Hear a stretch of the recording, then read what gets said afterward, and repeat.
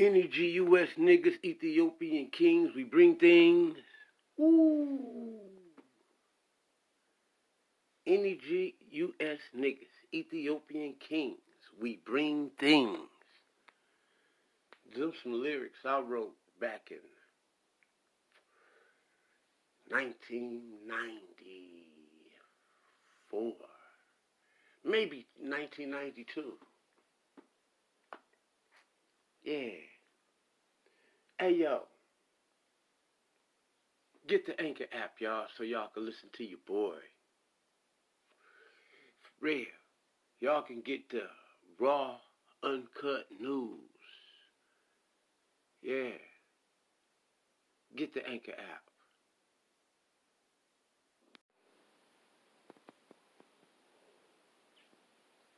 Whoredom. Why is the world's oldest profession?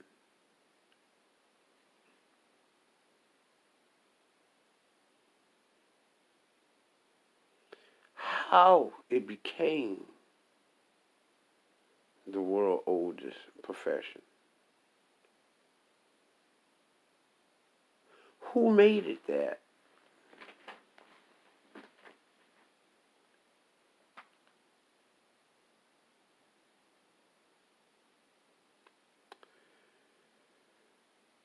Oh boy, that's a briefer. Something to think about. Whoredom.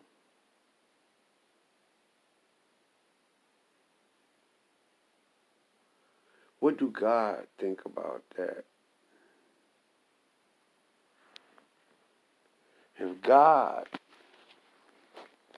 is the world's oldest professor,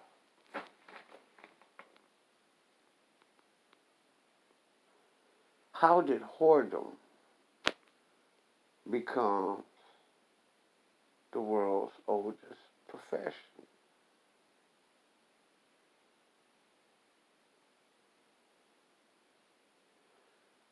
How does God feel about whoredom?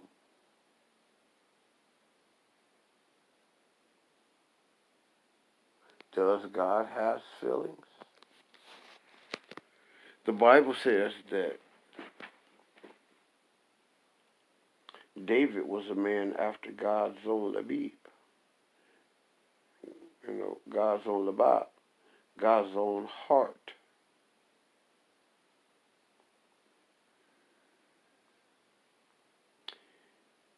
The kind of mind I have, I want to look off into the Hebrew word Labib meticulously, just to figure out what that means. Surely that'll give us understanding. Does God have feelings?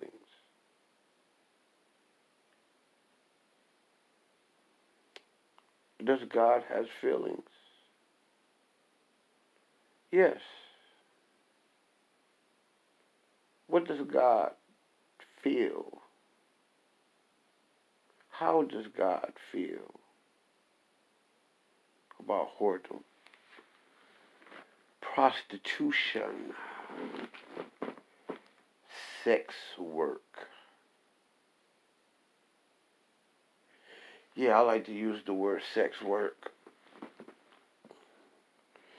Why I like to use the word sex work? Because it's a dumbed down term. It's a term that when we use it because we don't like to say tricking and whoring. Prostituting, whoredom, prostitution. The words sound ugly. Sex work doesn't sound as bad. All the same shit.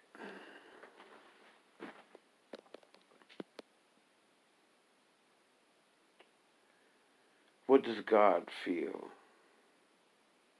How does God feel?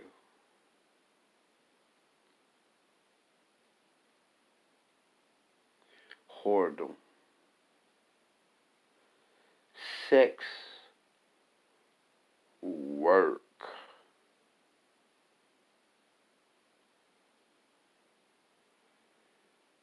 sex, work. Wow. That's a more pejorative term to me than whore.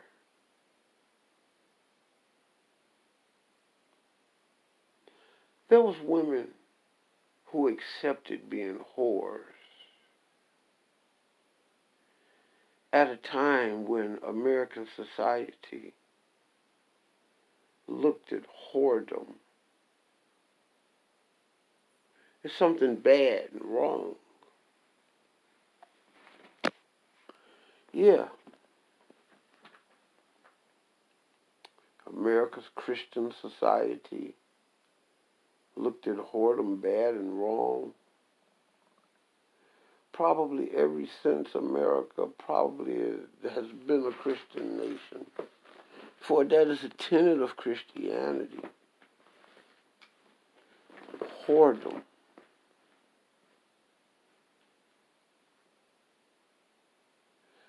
But the people who made whoredom and pimpdom popular throughout the world was America's slaves. Yeah. Yeah, America's slave made pimpdom and whoredom popular throughout the world. And I'm going to tell you why. Because it was America's slaves, due to the conditions that they were forced to live in, especially after the 1800s. Before the 1800s, the level of whoredom in America and throughout the world, let me find a better way to rephrase that.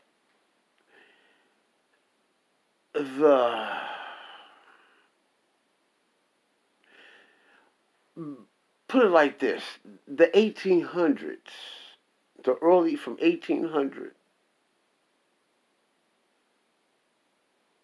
roughly 1802, 1803, 1804, that little 2-year period between 1802 and 1804.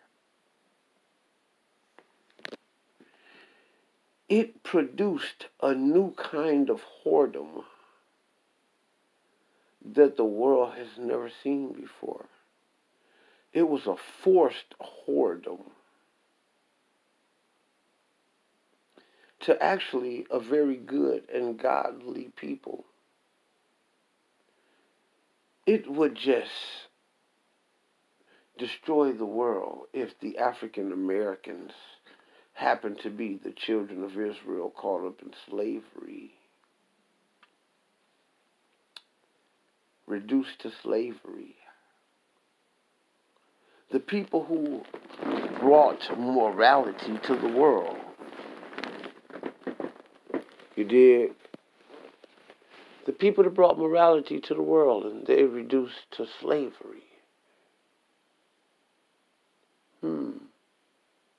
That's something to think about. And then think about the slavery that they was reduced to was a slavery that was introduced to a very new people on the planet. A people who did not know how to practice the art of this slavery the way that the old world practiced it. America had a chattel slavery history. The Europeans, white man. And after 1803, roughly, America banned the import and exportation, the importation and exportation of slavery. here on the American grounds. No pirates, no ships. America was going through great lengths to have its naval forces, which was powerful for its time, but nowhere near as powerful as it is today. And they would, make sure that they would, I would say pirate, counter pirate the seas to make sure that no slaves came on these shores, and to make sure that no slaves were coming into the land from the other side of the waters, from the African continent. And being that that was so, that a lot of people here, rich people, enslavers, slave holders, people that was into that game, people that owned black people as chattel. Yeah, chattel slavery is what I'm talking about. Who owned black people as chattel, material goods. The black man should have sat first, the black man, then your house and your diamonds and your gold and your clothes and your bank account and your stocks and your bonds and your investments. That's how it actually was. Because the black man was the stocks, the bonds, and the investments that made everything else in between a reality. Okay? And in this slavery, slavery was not abolished. It was the importation and exportation of slaves. And America had enough slaves on its ground that they implemented a serious inbreeding policy. Very serious. I mean, you got to understand that the slaves were their money. And up went the American breeding farms.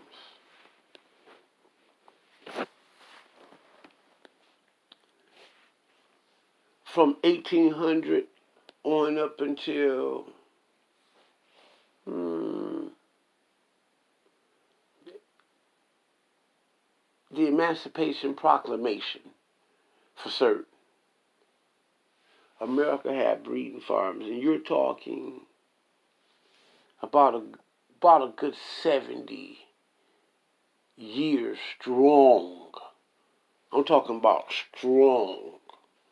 Not the time that it took to start it or the time that it took to, to end it. We're talking about a good 70 years strong. And in these breeding farms, all America wanted to do was breed the Negro.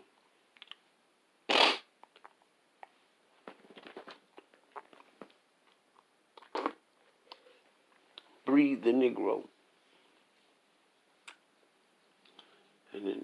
And in breeding this Negro, it abandoned every moral rule known in humanity. It took the African American. We all know that Africa's the world's oldest country.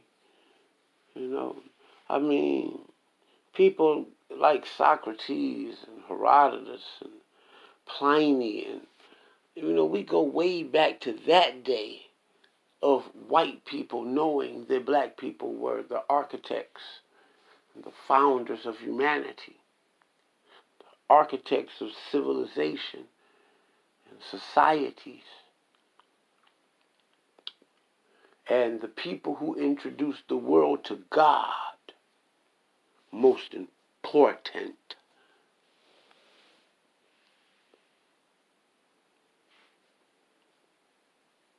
Yeah, they knew that. They knew our people introduced the world to that. Them more so, because they are the topic of discussion. And they reduced these great people who could trace their lineage all the way back to Samaria, Iraq, all the way to the time they brought us over here to the western island coasts.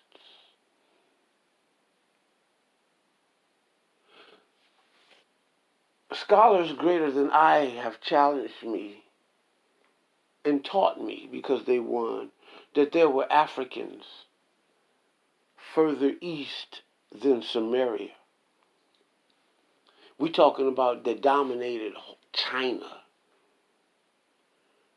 You know, talking about a world where blacks was dominant. You know, we can forget about the idea of God. We're going to pause that for it. No, don't forget it, but just let's pause it for a second. Because there was those blacks that didn't share the same ideas fully for God as the Israelites did. But they still were blacks in power.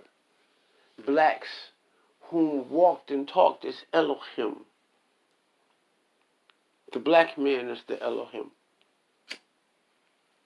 He could be the false God. He could be the bad God. He could be the worst God. He could be the greatest God. Because he is the Son of God. When they brought him into the slavery, and they went through all of the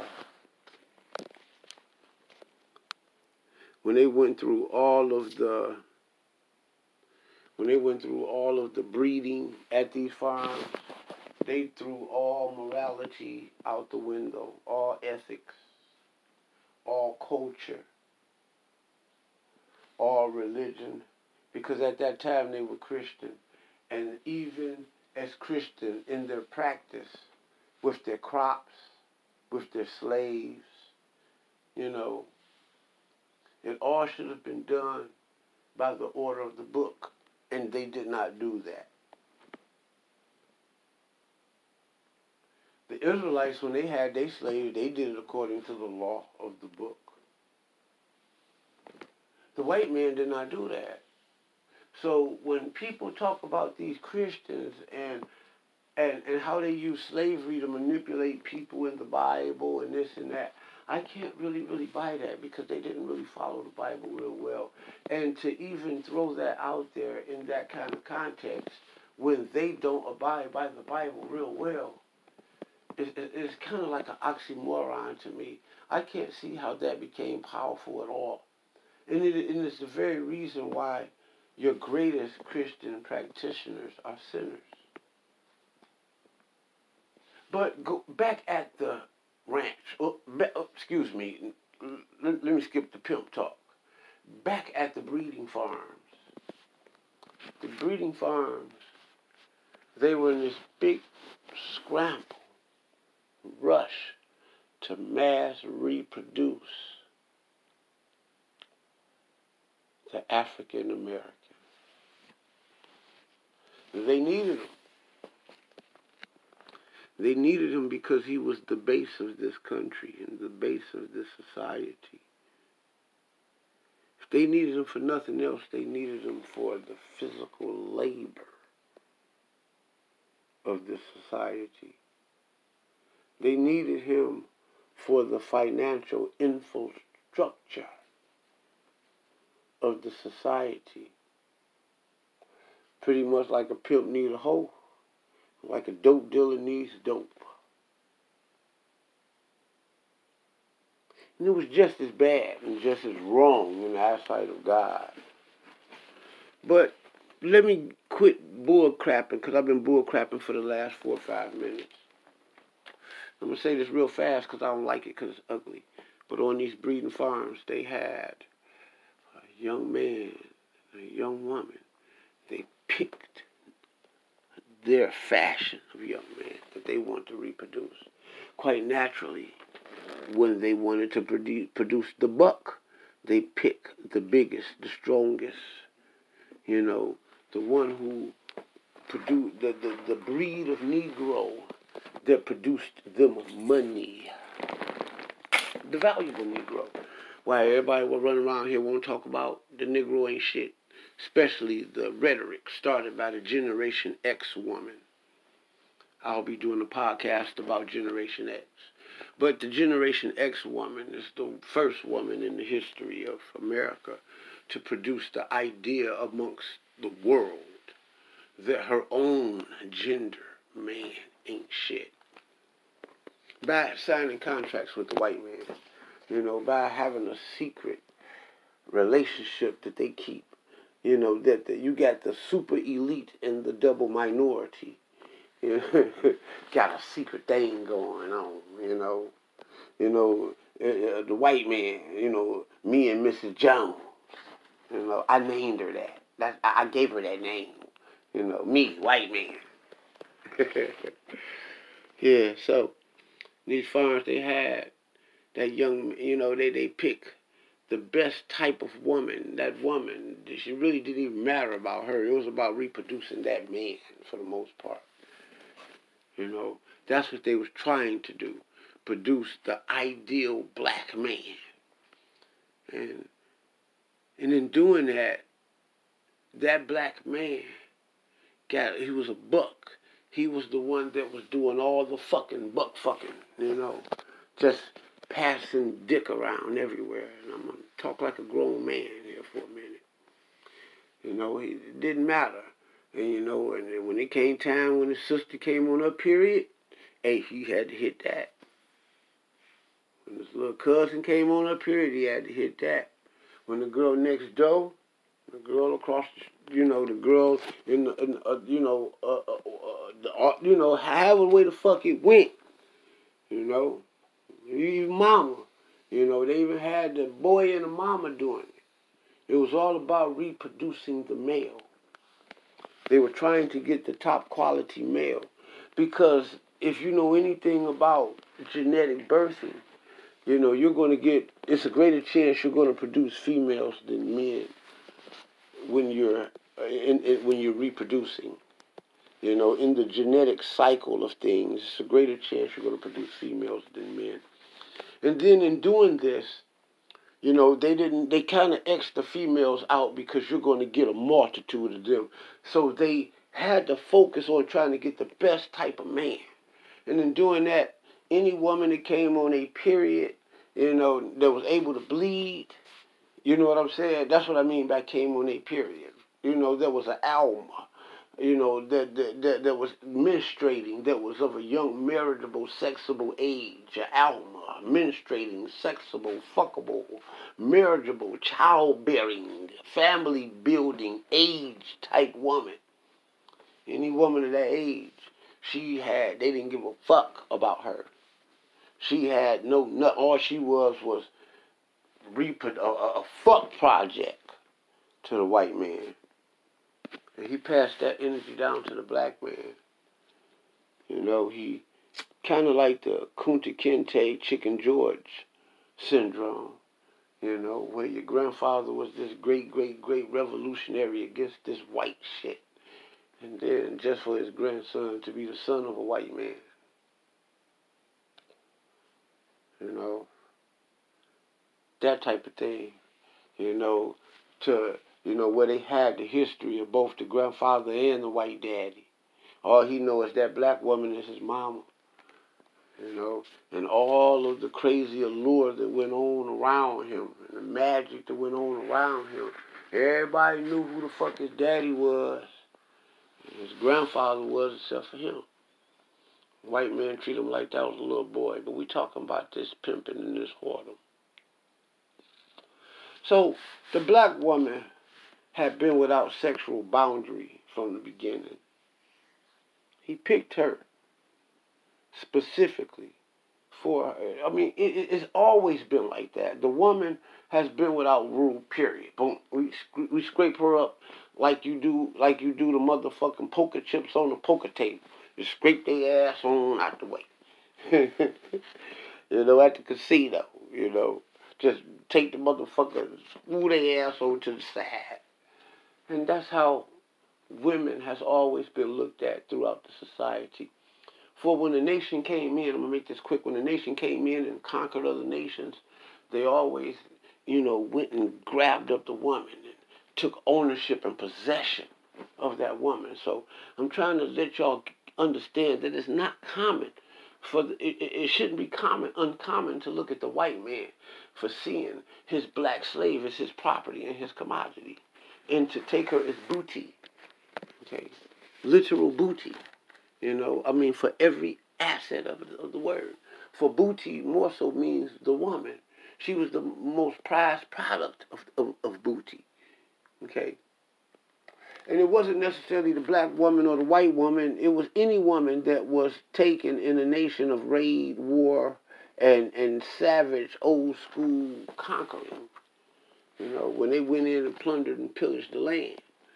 You know, I mean, straight battering and butchering type shit, you know. So, but in America, this woman, she didn't have no rules and no boundaries. You understand? She was used to, you know, the whitey bought her so he could take her virginity. He gonna be the first one to fuck her. He knows the power of this with his Christian self. You know, all Christian rules thrown out the window because the Christians followed the laws of God, which was the laws of Moses. You know, the Bible. You know, the Old Testament is a part of the Bible. And Jesus did not come to do away with none of that. You know, Jesus followed the Bible. You know, Jesus followed the Old Testament. You know, Jesus more so followed the Old Testament than the New Testament because there was no New Testament in Jesus' day. And if you're a follower of Christ, then you'd follow the Old Testament. And you'd have known how to better treat your slaves, but you did not. And they really, you know, you got to understand the degradation. A young woman, you know, who probably came on a period at 9, and by the time she was 12, she was pregnant. You know what I'm saying? And by 14, she may have had 2 kids. You see? White man, he bought her. You know, when he bought the black woman, he bought her with the idea of having sexual relationship with her.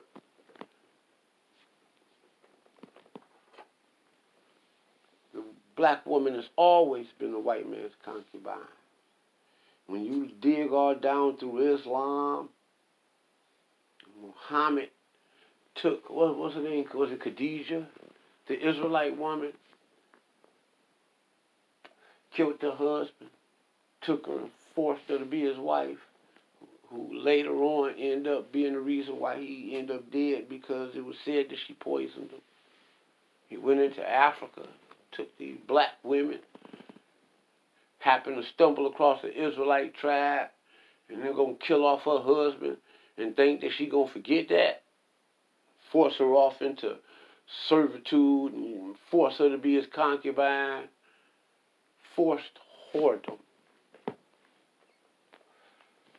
You got 2 kinds of whoredoms. You got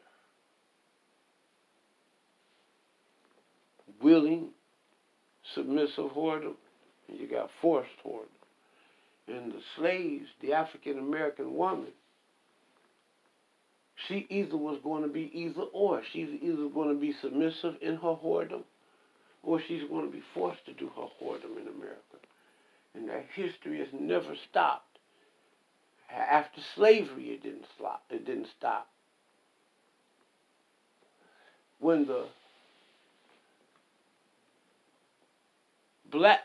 black man was freed from slavery, this is what pimping come in at. You know, because they was always whores. You got to understand what a whore was.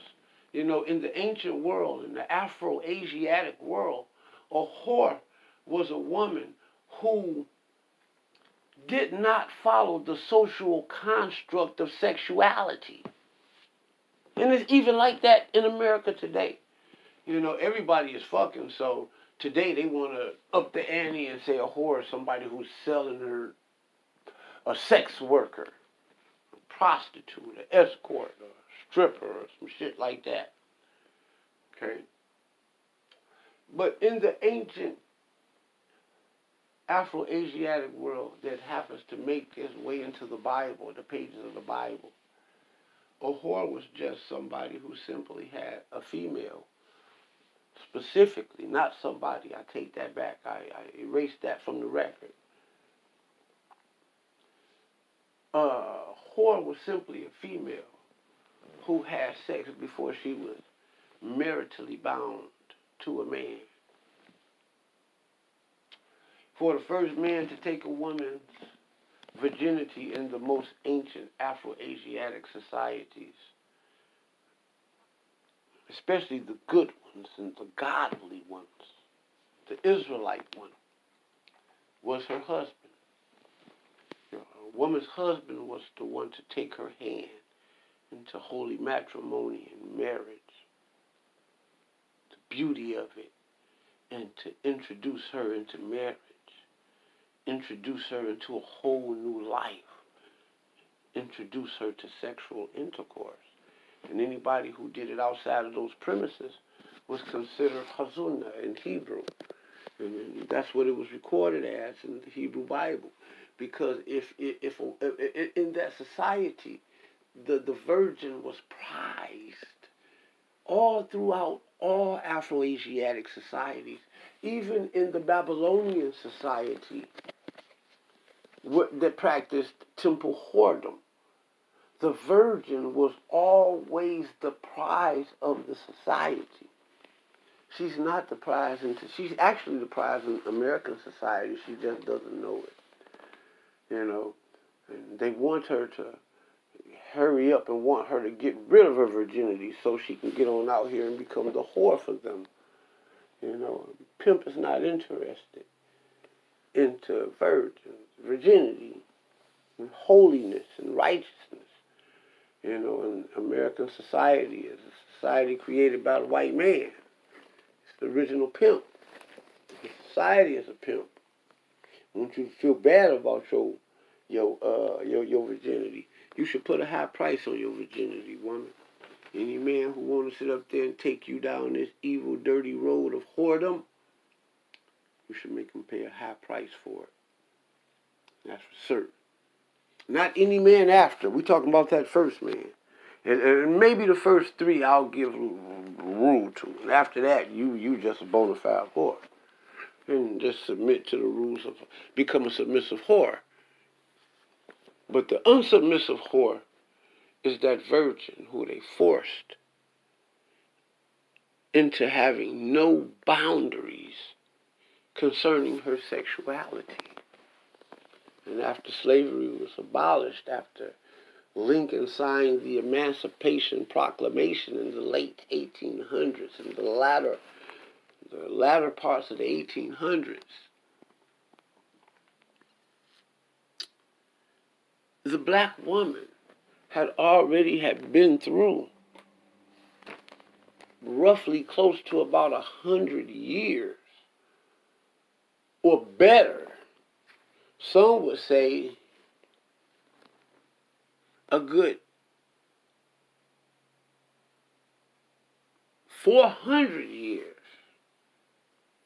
Some say 200.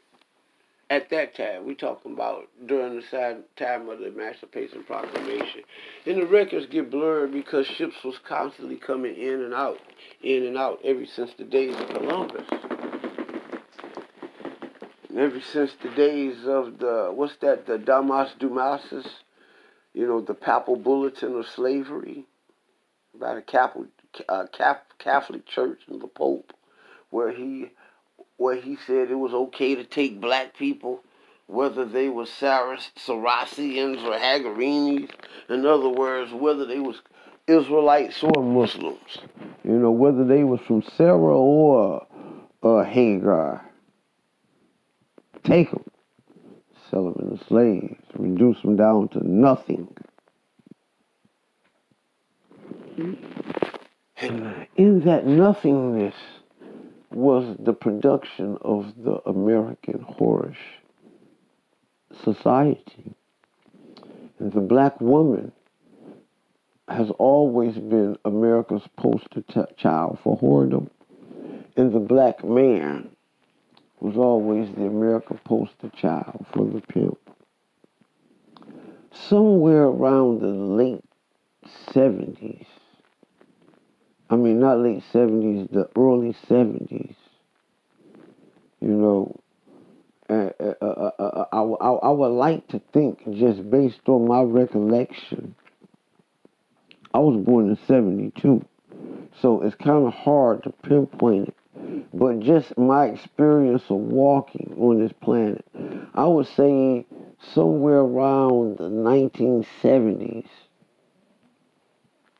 I wanted to say late 60s, but the 1970s, the early 1970s, pimps were outlawed by the American government, which means that they got rid of this black man. But let me tell you how the pimp was introduced. He was introduced because when the Emancipation Proclamation was signed, it freed the black man into a society to where all of its rules, laws, ethics, beliefs,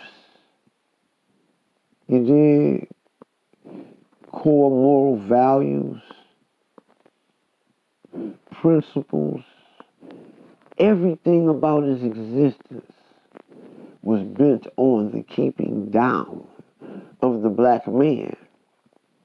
And there was no great reformation for the black man. America had several reformation periods. They want to talk about the great religious reformation and the great reformation of this, but America had several reformations. But the black man was never reformed. The black woman was never reformed. When they made him free, the black man wanted to get off from under that yoke of oppression. But he couldn't, because he had no jobs, he had no skills to enter into the new world, the new industrial world. So most of them stayed doing what they profession, what they were professionally known for doing under the auspices of slavery. They became sharecroppers. They were the ones who grew America's foods and textile products, and they were the ones who kept up the old-fashioned way. And being that they were kicked out of slavery now, the black man had to go. He had no place to go. He had no skills. Let the white man trick him, meaning that he didn't have no credentials, He had nothing that he could use to get a hold upon this newly reformed American society after Lincoln signed the Proclamation Declaration. The Emancipation Proclamation, excuse me. It's the Emancipation Proclamation. From 1800 till the signing of the Emancipation Proclamation, America's blacks have been exposed to some of the most degrading sexual acts, considering the fact that a lot of the slave owners were homosexual and bisexual, which means that just for the punishment of a young black man who did not want to hear, they did what's called bug breaking. And this process of bug breaking, if they would have to have another white man, another white buck, to break this young guy who's bucking up against the society, then that's what they're going to have him do, which is to rape him and molest him. And this mentality has carried itself throughout America's prisons to this very day. Whoredom. The African-American woman is nothing like she is today.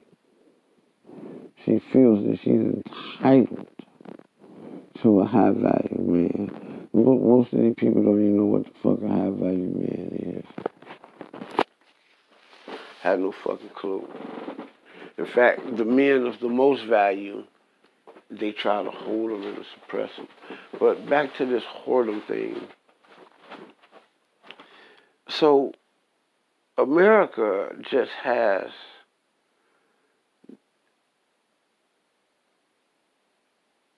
since the signing of the Emancipation Proclamation, the black man couldn't find opportunity in this newfound reformed society.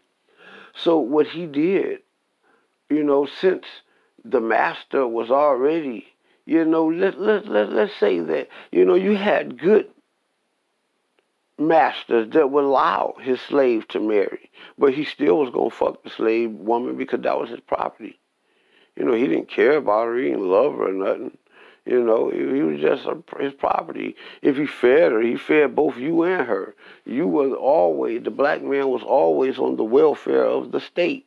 He was always on the welfare of the white man, So you had the white man that would allow, because he wanted to reproduce, and he hoped that he didn't have a baby by the black woman, but if she fucked her, he gonna fuck her. And if she got pregnant by him, then oh well, but he didn't, that wasn't his objective. His objective for these slaves to reproduce. He did.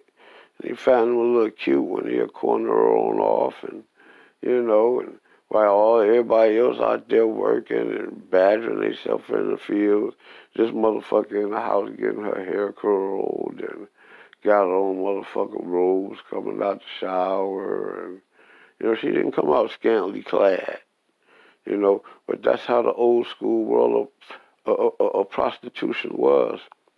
So when you dealing with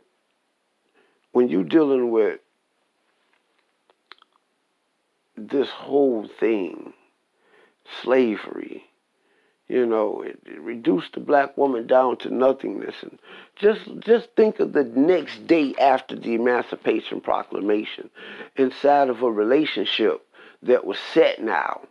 Now the slaves are free. Now all the men and the women that master allowed to be together and to reproduce, now they free. They can have children which belongs to them now. You know what I'm saying? They can have families that belong to them now. Me and this woman is married. We're a family now. But, damn, the black man is like, shit, I can't find her. I'm just out of slavery, shit.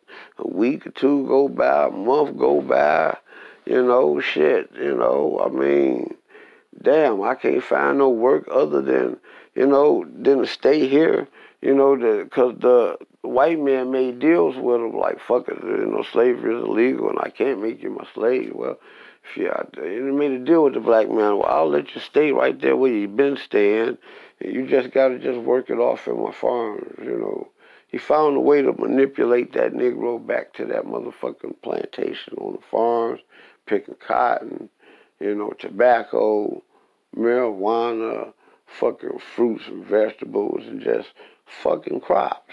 They grew from the earth.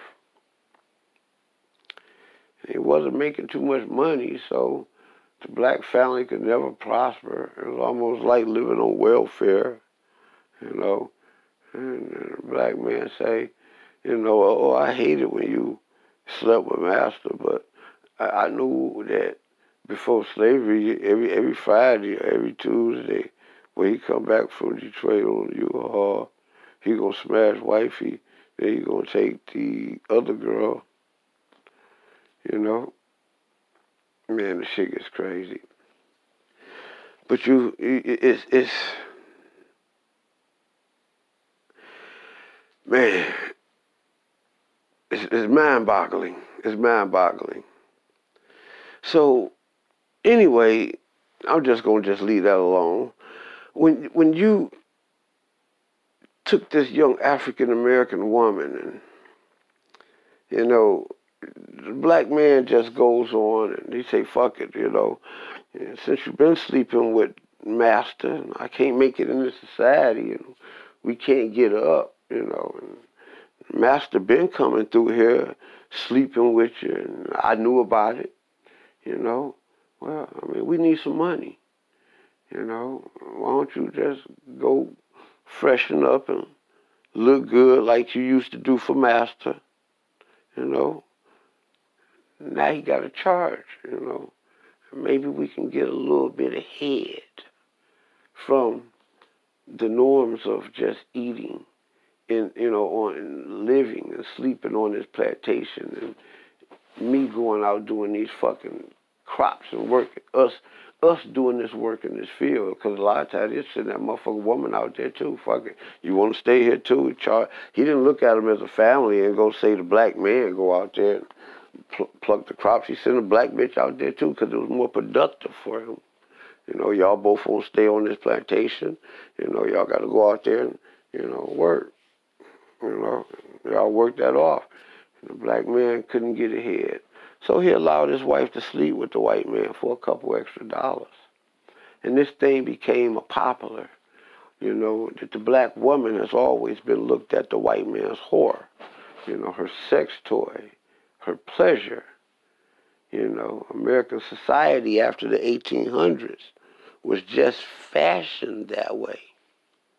You know, and the pimp was the man who, you know, I mean, shit, it was always this way and I can't get ahead, you know, then fuck it, then I'll let you do this and it ain't illegal, you know, because you was always doing this.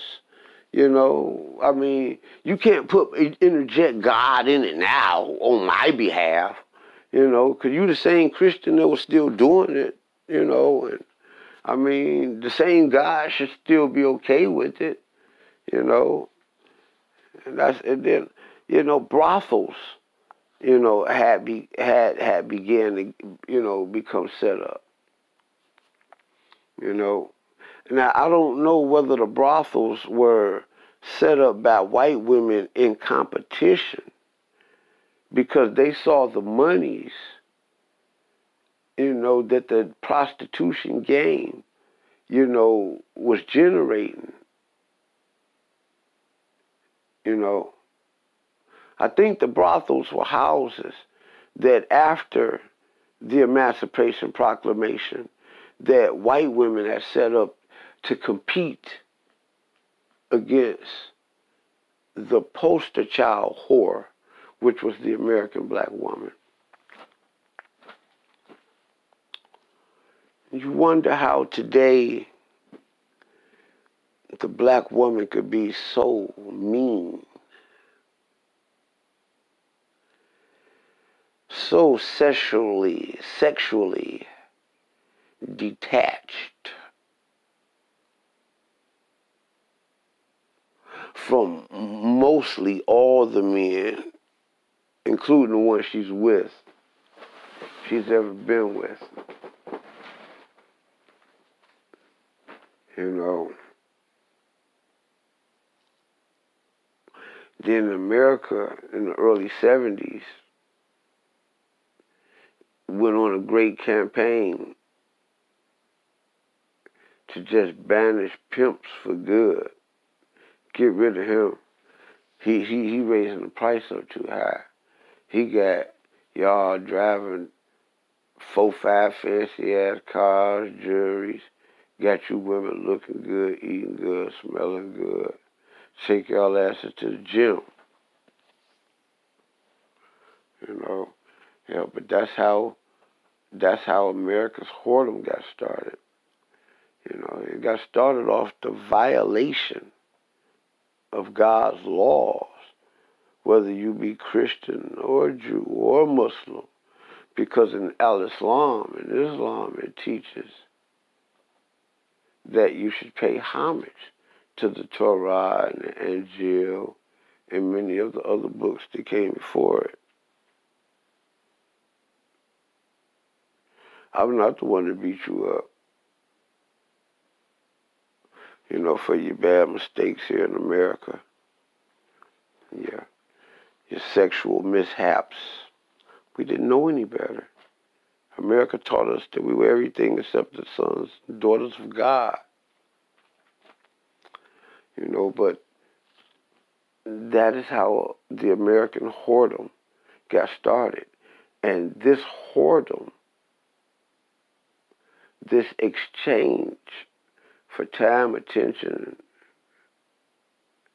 money for sex, it really is real bridal here in America. The African American woman taught the white woman, really. And the white woman became, between the America, black and white society, you had the freakiest motherfuckers you ever want to meet.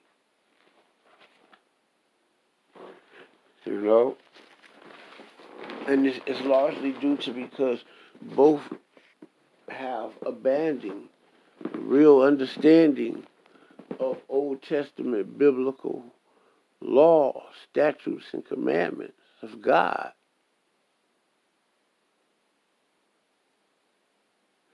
Yep, just so we're freestyling.